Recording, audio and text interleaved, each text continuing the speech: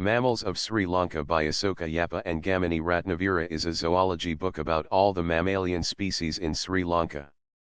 This is the first complete zoological book ever published in Sri Lanka after about 80 years, about mammals. The first landmark of Sri Lankan mammals were dated back to 1935, where W.W. Phillips wrote Manuals of the Mammals of Ceylon.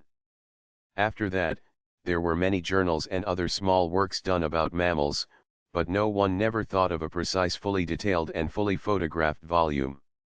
Asoka Yappa is a resident in Canada, that trained as zoologist, was a science editor with Canadian Forest Service, and also a key member of many departments in Canada related to wildlife. As he said in the introduction of the book, he was influenced by work of his friend Prof.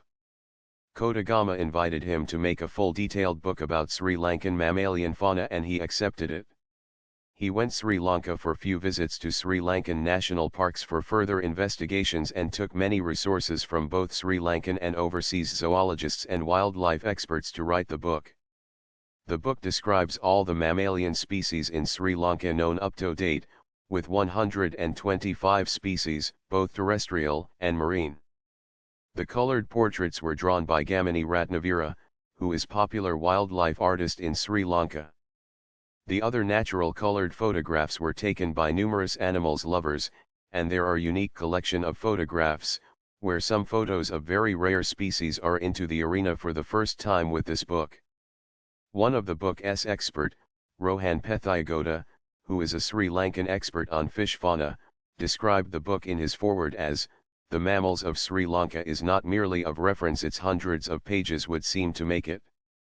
It can be read with pleasure from cover to cover, and despite its heft, will prove invaluable also in the field. It is certain to be cherished for many years to come and is destined to become a cornerstone of the literature on Sri Lanka's vertebrate fauna. I, Pethayagoda, hope it reaches the widest possible readership and goes on to be translated also into island's local languages so as to inspire the next phase of public interest in our country's incredible biodiversity."